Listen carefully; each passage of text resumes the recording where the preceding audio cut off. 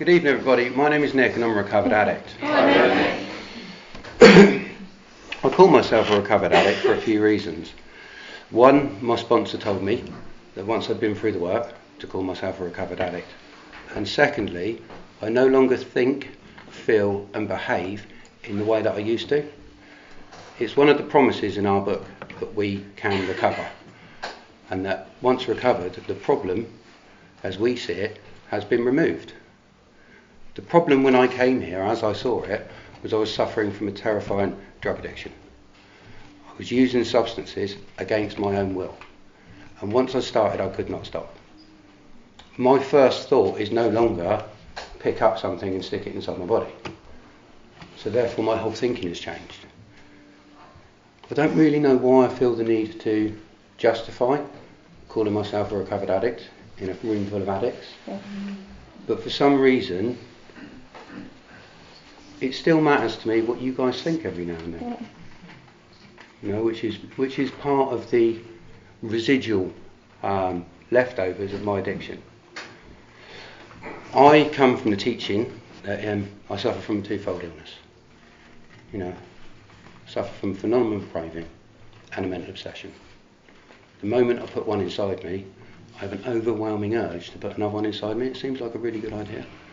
And no matter how much that destroys and ruins my life and the lives of people around me, at certain points I still think it's a really good idea to try another one.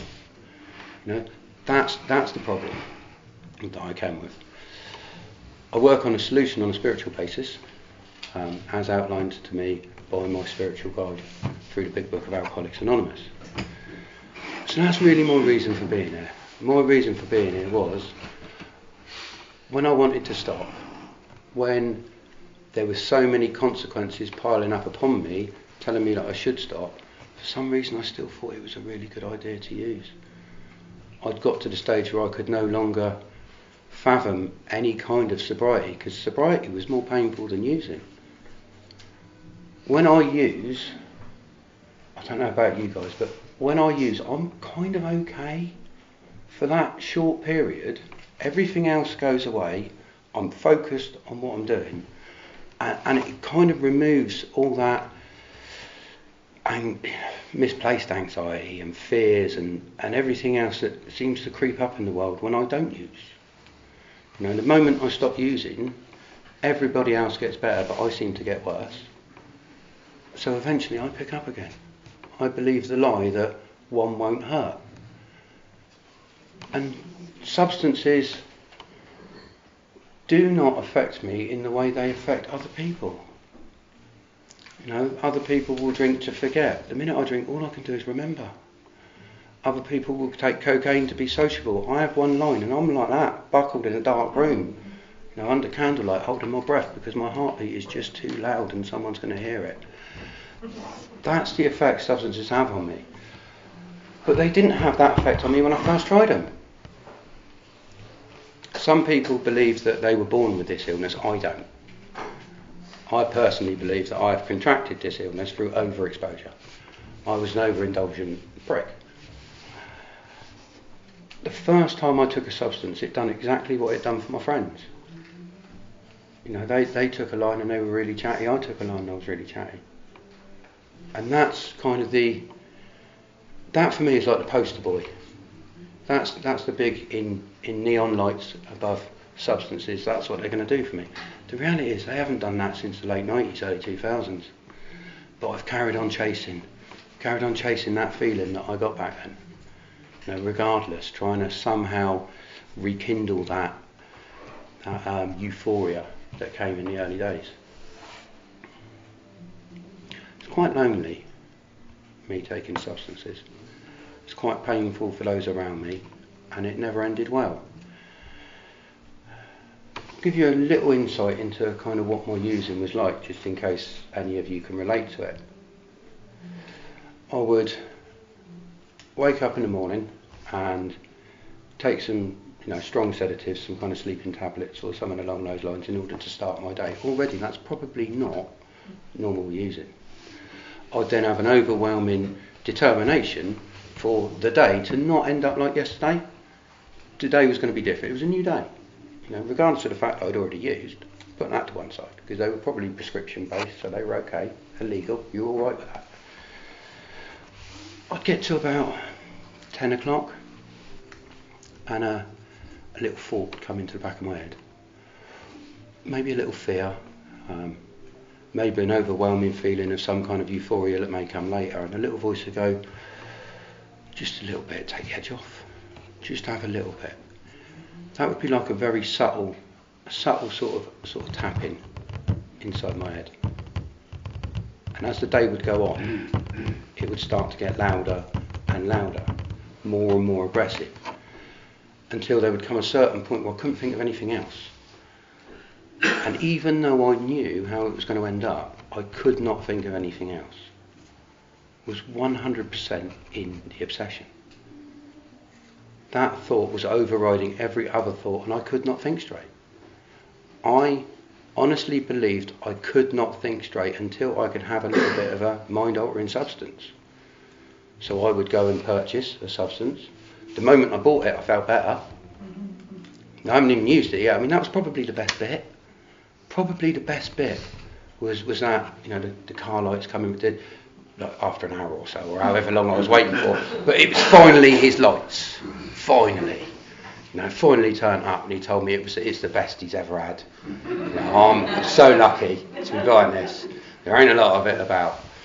Between that point and the first line, or the first hit, or the first drink, or whatever your poison is, I've tried pretty much all of them. That was the best part. There, that anticipation of what was going to happen and what it was going to do to me, and then it just put me straight into that, fear and pain. All of a sudden, the substances had stopped working in the way that I believed they would. So that tells me something. That tells me that this stuff mainly centres in my mind. In order for all of my symptoms to be alleviated before I've even taken what I believe is the cure, it's got to be mainly in the mind. You know, the mind very much tells me that this time's going to be different, this time it's going to be okay, this time you'll control it, this time you won't get caught. You can snort half a gram and go for dinner with the wife and she won't notice. Never really worked out that way. And then there's the body, that phenomenon of craving. It says in our book that the phenomenon of craving seldom occurs in your average tempered drinker, and it's only the select few. So I am fortunate enough to be one of the select few. I suffer from the phenomenon of craving.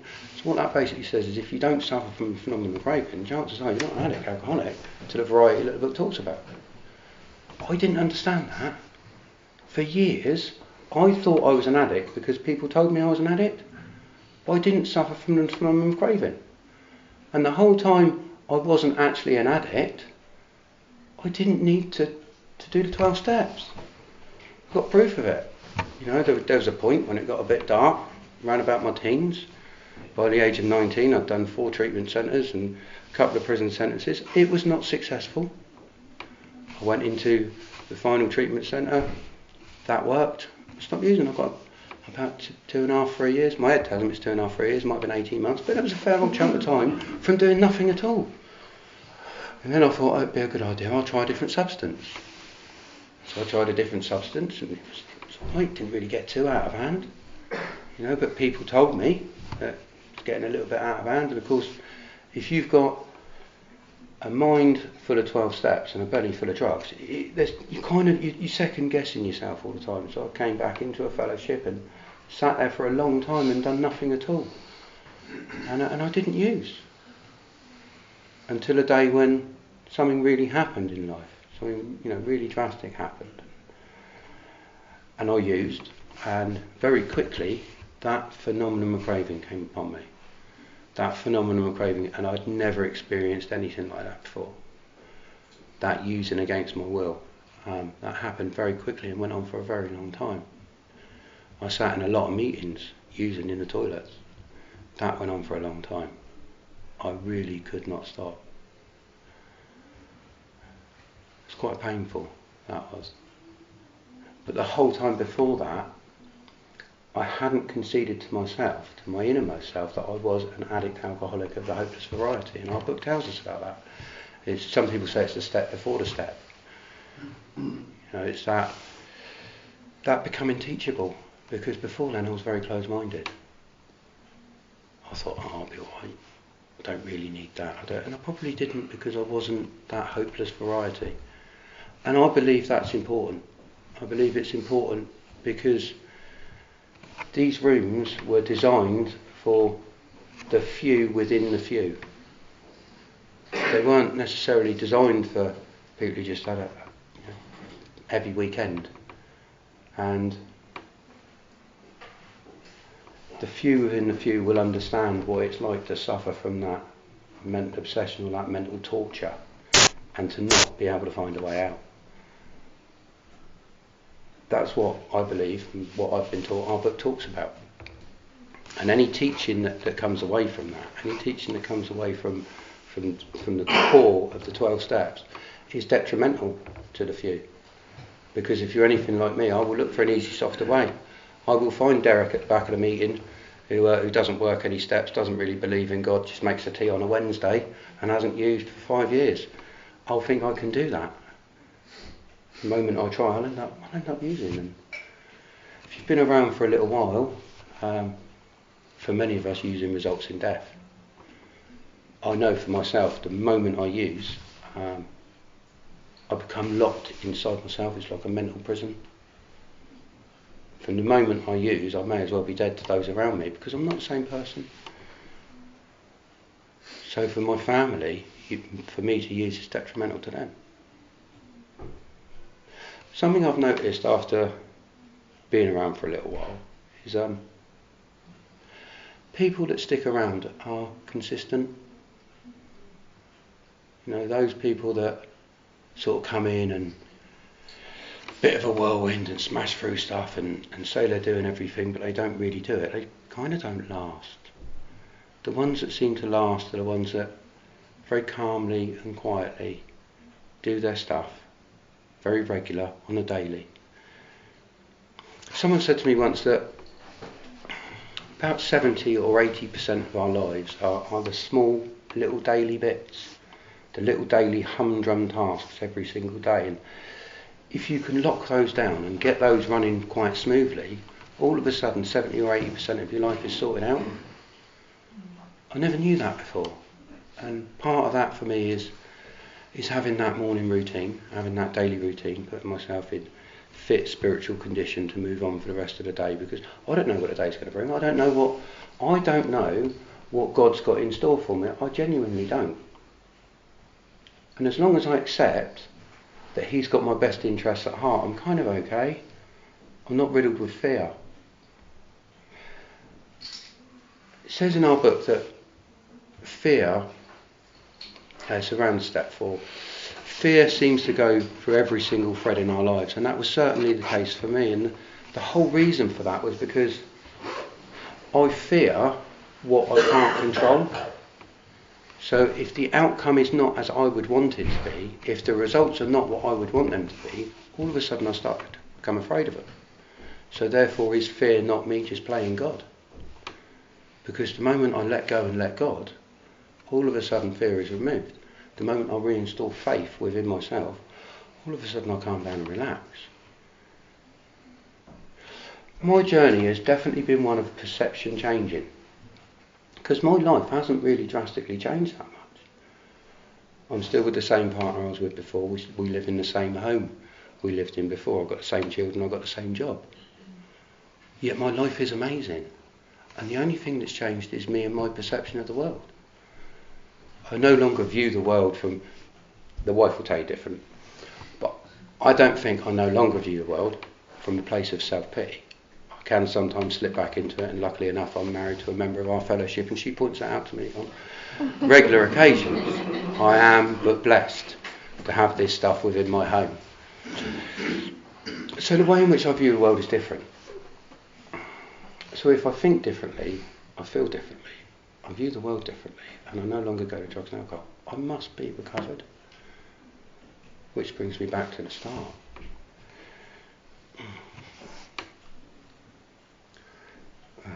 go from here?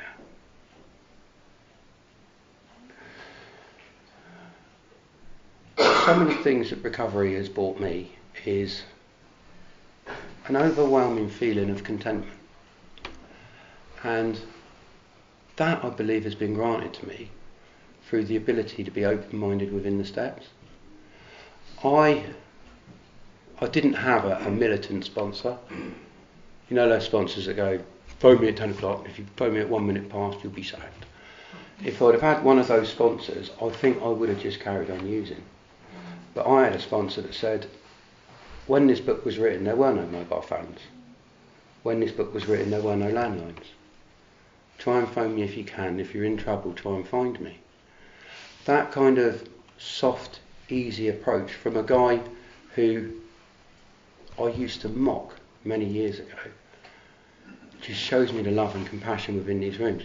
See, my sponsor, I first met my sponsor when I was 19, and I'll never forget it. He had a long, black jacket on, a pair of Army Navy camouflage jeans, and a pair of Army Navy boots. He rode a moped to work. He told me that he gives his wife all his money and she gives him £20 a week pocket money. And I laughed at him. I thought, you've got no idea what it's like to be me. You've got no idea. And anyway, I ignored him for a couple of years. And then when life was getting a bit painful and I went back to the rooms again, he was still there. In those boots, it looked like the same clothes, to be fair. I don't even know if he bought any other ones. Still on his moped with a big blue book, and I mocked him. I thought he's a nice enough guy, but I mocked him again. I mocked him and mocked him and mocked him until I walked into my first CA meeting, and I walked into my first CA meeting broken. I'd come from another fellowship, a fellowship that I'm sure there was some recovery in there, and I'm sure there was a message of hope in there somewhere. I'm sure there was, but I didn't hear it. I came from a fellowship that I was at the front, was in your position, broken, battered, and I told the room I was broken and battered, and that I knew I was going to use. And at the end of it, 90% of the room gave me a wide berth. The other 10% of the room told me it'd be okay as long as I didn't use, and that wasn't my experience. They told me it was hugs, not drugs, and don't worry, Nick, if you can work it, it will be okay. And I thought, work fucking what? So I had nothing from that, and I went to a CA meeting. I remember I sat in that meeting, and within the space of about 10 minutes, I was gobsmacked because I knew what I suffered from. I left that meeting with that guy as my sponsor, and to this day I don't remember asking him. No, he just said, come round my house on Wednesday. And that was it. But the beauty of that is the beauty that we find within these rooms. It's he knew me and he saw me, and it didn't matter what I said. I didn't have to say anything because his mind was like mine. You know, there's a hugely therapeutic value of one addict with another. I know people say this is a God program, and this is a God program, but let me tell you this: if it's just me and God, we're getting smashed together, because me and God got smashed on many, many occasions. Sometimes there was only God left to talk to. Yet me, God, and another addict, I've got half a chance. I really have. So the unity side of things is massive.